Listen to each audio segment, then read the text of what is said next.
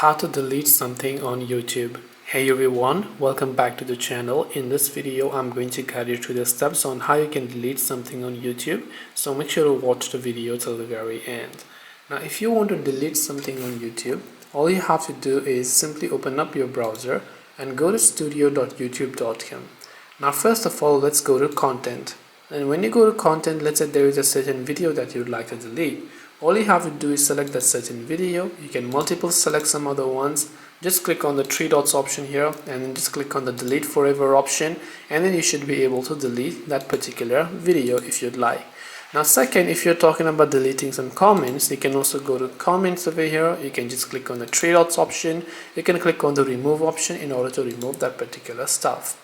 So this way you can delete something but everything on YouTube. So depending upon what you're talking about. Hope this video was helpful. If you have got any questions, then feel free to leave them down below.